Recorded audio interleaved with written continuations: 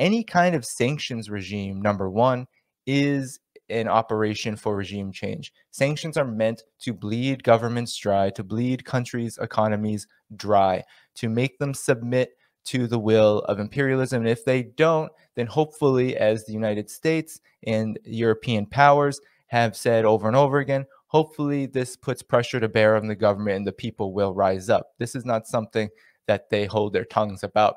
They want sanctions to produce unrest in the country that they are leveling them against.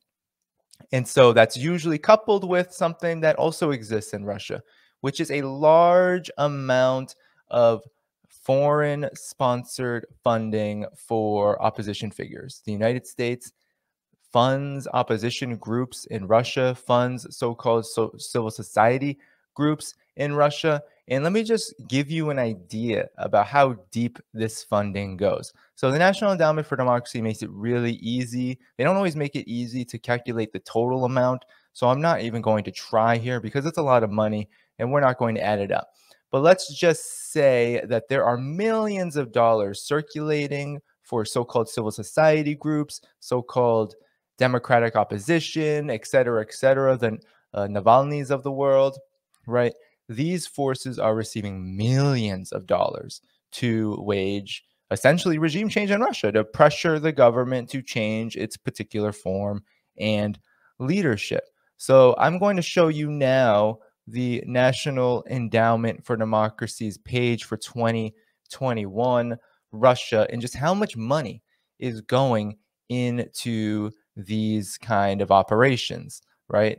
Into these kind of so-called legitimate democratic struggles. So here you have it. I don't know if you can see that. I think I made it a little too big. Let me make it a little smaller for you. So Russia 2021, this was published just last month. The funders, all of the different funders for opposition groups in Russia and so-called opposition movements. So here you have $355,000 by the National Democratic Institute, the NDI. Who was the chair of that? It was Madeleine Albright.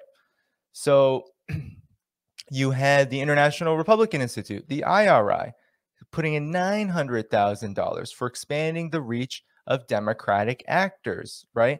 So over and over and over again, you have the NDI again, $385,000, right, for civic engagement and Russian-speaking partners. And so over and over and over again, you have $100,000 here for human rights monitoring. You have another $63,000 there. And this list is very long of sums above $100,000, $200,000 each, $55,000 grants. These are sort of efforts that the NED is funding. And so this tallies upwards of more than a few $1,000,000, right? I'm guessing that if we tallied this all together, we would get something for 2021 alone, $3 to $5 million at minimum. This list goes on and on and on and on and on and on. So I'm actually underestimating this. If I were to have tallied this whole thing up, we might actually get upwards of 5 to 10 million, just given some of these numbers. I mean, we're talking about 150,000 here, right? Supporting civil society, supporting independent media, 102,000 there. I mean, we are talking about large sums of money from the National Endowment for Democracy going to opposition forces that oppose the Russian government. So that is an indication. Both the sanctions, right, the sanctions regime against Russia and the internal opposition, which is backed by the United States, that's just an easy way to see that the United States is waging a campaign of regime change against Russia. The National Endowment for Democracy has a long record. Nicaragua, Syria, Ukraine, right? During this Russia-Ukraine conflict, the National Endowment for Democracy deleted all of its sponsorship and funding that was publicly available on its website. It scrubbed it from the website and deleted it because the NED knows, and it was founded in 1983 with the express purpose of doing what the CIA did covertly in public, right? That it would be a shame that the CIA would be associated with these so-called democratic movements, opposition movements, right? That there would be this kind of stain now that the CIA, after the Church Committee, after all the things that were found out about the CIA in the 1970s, it'd be a shame if these efforts that were being undertaken in the 1980s would be solely associated with the CIA. So that's what the NED is all about. And it has its hands everywhere, not just Russia, all the propaganda you hear about China, Uyghur human rights, Hong Kong, right? They funneled millions of dollars into the opposition in Hong Kong that was waging violent so-called riots in, well, they were called protests, quote unquote, but they were really riots in Hong Kong, 2019, 2020. So there is just a lot of evidence that the National Endowment for Democracy is a regime change arm of the United States government, of the military industrial complex, and that it is operating heavily inside of Russia and also outside of Russia to spread this propaganda, right? It's already spent, I believe, tens of millions of dollars alone just to propagandize against Russia during this military operation in Ukraine. So uh, those are just a few indicators, right? And then there's the larger policy of the military encirclement of Russia. I mean, what do we think that really is all about? Now, there is hesitation to call the military encirclement of Russia, the NATO expansion on Russia's border, a regime change operation in Washington and the Pentagon, etc. But they do acknowledge that this is about geostrategic competition, what they call great power competition, right? That is the overall strategy since 2017 under Donald Trump, and it continues under Joe Biden, despite the fact that Joe Biden has tried to change the wording around a little bit. It's still the overall geopolitical strategy of the Pentagon, the so-called defense strategy of the Pentagon, to wage this great power competition, which is about expanding the military capabilities into Russia and China's so-called sphere of influence. Really, what that means is just all the way up to Russia's borders, all the way up to China's borders, to continue the dangerous buildup in Taiwan, military buildup in Taiwan, to continue the NATO expansion into Ukraine, which is what this whole Russia-Ukraine conflict is all about, right? So there is a lot of evidence that suggests that any kind of militarization taking part, that the United States takes part in, is actually all about regime change. The US military only does regime change. It is not a quote unquote defense institution. It isn't a department of defense, right? It is an offensive institution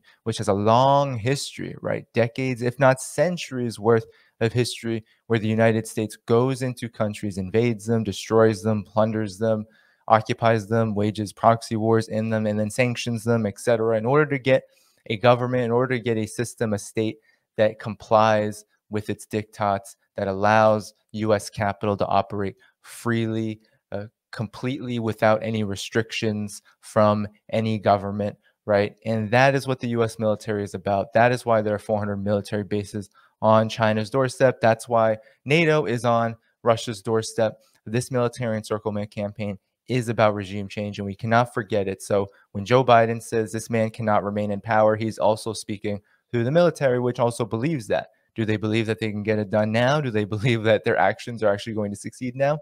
That's not so clear, right? Because the strategists in the Pentagon and the military industrial complex are not necessarily foolproof. They're not necessarily these kind of actors that always get their way. They know that the cards are kind of stacked up against them, and they have been. And you even saw Bloomberg Magazine recently say, oh, well, the dollar actually may go, but that might not be so bad. It may not be the biggest currency anymore because of this conflict. And so there's a strong feeling among US capital, among some of these mouthpieces of the war machine, that not everything is really going so well for the United States. But that doesn't change the fact that NATO expansion, military encirclement as a whole, that policy is about regime change, whether they even believe they can achieve it or not, short of a catastrophic war. So we have to take all of these factors into consideration. The proxy war, right? The covert war, that is led by the National Endowment for Democracy. It's led by opposition groups that the United States backs, the sanctions, which are trying to starve the Russian economy into submission, and then, of course, the military policy, which is meant to pressure Russia into doing what it did here, which is come to the aid of East Ukraine. It's meant to generate a response. It's meant to intimidate Russia, to try to get Russia to back off, to shrink, right? And the same goes for China. It's to get these countries to think twice before coming to defense agreements, before coming to any cooperation agreements.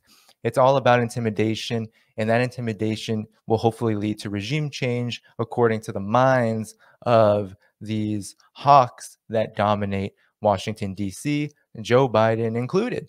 So that's just kind of a basic analysis of how we should think about regime change against Russia. But I wanted to show you something that's very interesting. So first published in the Moscow Times, but republished in the Rand Corporation. There's a very interesting article written about a week before Joe Biden gave this speech. It was March 18th, 2022. And I want to show you exactly how these hawks, these anti-Russia hawks, think.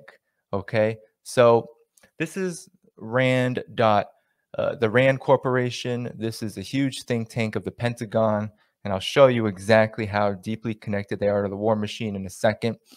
But this is William Courtney, and he wrote in the Moscow Times, which is a mouthpiece of the United States, supposedly in Russia, but actually is not located in Russia anymore. I believe it's in Amsterdam. It is a pro-Russia opposition outlet. It is very reactionary, very anti-Russia, yet it's called Moscow Times. But this was republished in Rand Corporation's blog, If Regime Change Were to Come to Moscow. So William Courtney is thinking about regime change in Moscow, right? This is the mindset and the mentality of these warmongers. They are thinking about this. They are strategizing about it. They are trying to frame the narrative and propagandize about it so that people will believe that this is something that's possible. So here William Courtney says that strains in Russia over the war in Ukraine and punishing economic sanctions could spark regime change in Moscow. First sentence. Although prospects for this are uncertain, as I was saying, and how the establishment feels about this, the West might be prudent to begin considering with how to deal with any new government. Past disruptions in Russia may offer some insights for Western policy, but new ground may need to be plowed.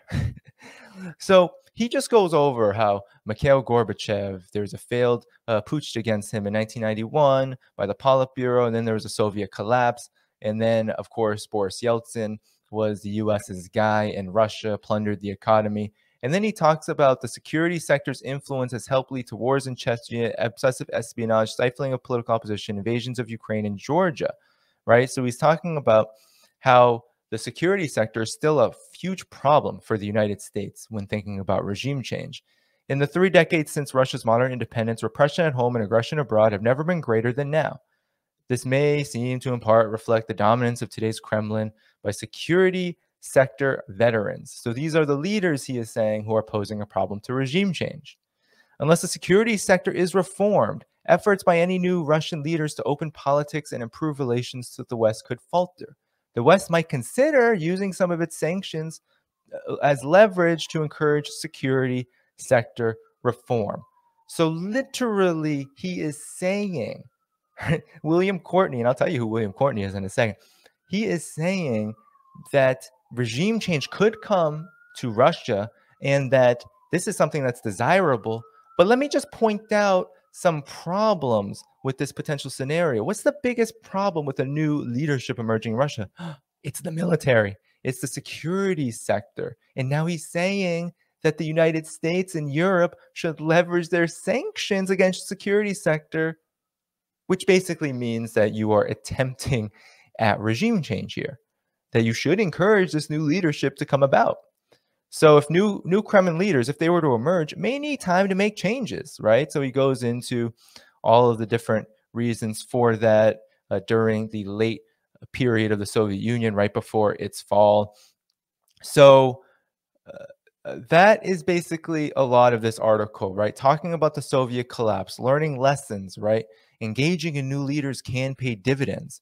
President Bill Clinton developed a measure of trust with the mercurial Yeltsin, showing patience even when he invaded Chechnya. In return, Clinton obtained his acquiescence in other areas of importance, such as NATO matters. So, if you essentially cultivate leaders that will work for you, then you can get what you want, essentially saying that this current government in Russia is not what you want, and we need someone more like Yeltsin, and we need to behave more like we did during the period of Yeltsin once new leaders in Russia emerged. So this is just a whole indication, right? A whole indication that this is actually a regime change project. So who is William Courtney? Because we don't need to get into, he's a reactionary. We don't need to get into the whole article, but those words alone show exactly what I mean.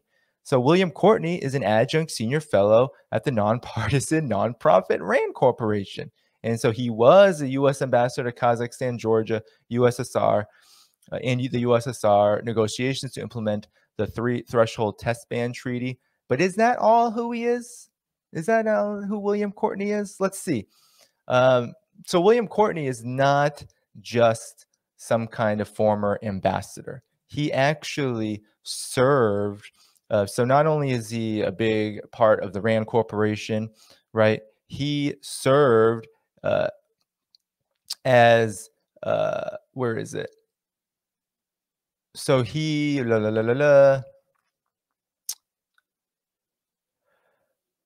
So William Courtney, so he's all these things, right? He's the RAND Business Leaders Forum, the director of that RAND Corporation. He's a senior fellow there. He's a former member, blah, blah, blah, blah, blah. Here we go. This is what I want to hear. So he belongs to the Council on Foreign Relations. Ding, ding, ding, ding, ding. So another CIA-backed institution, a huge foreign policy organization. And here we go. This is what I wanted to hear. I wanted you to see. From 1972 through 1999, he was a Foreign Service officer in the Department of State. So this person, William Courtney, literally served the Nixon administration all the way to the end of the Clinton administration in the Department of State. And that's where he also served as an ambassador. So this guy is a regime change operative, right? That is who William Courtney is. But we should look at also not just who William Courtney is, because that's important to understanding this whole mentality among the ruling class. There are these plans to conduct regime change against Russia, but we also need to, and I'm just going to close this here. We also need to look at exactly what the RAND Corporation does. So the RAND Corporation is publishing, right? It didn't originate there. It was in the Moscow Times, but it's republishing works from a former Foreign Service officer of the Department of State who specialized in the fall of the Soviet Union and trying to facilitate it. And the RAND Corporation shared it. And you might be wondering, well, why is this? Why is the RAND Corporation so interested in regime change in Russia? Why would they publish a piece that's literally speculating about it and giving underhanded analysis and suggestions on how to get this done in Russia?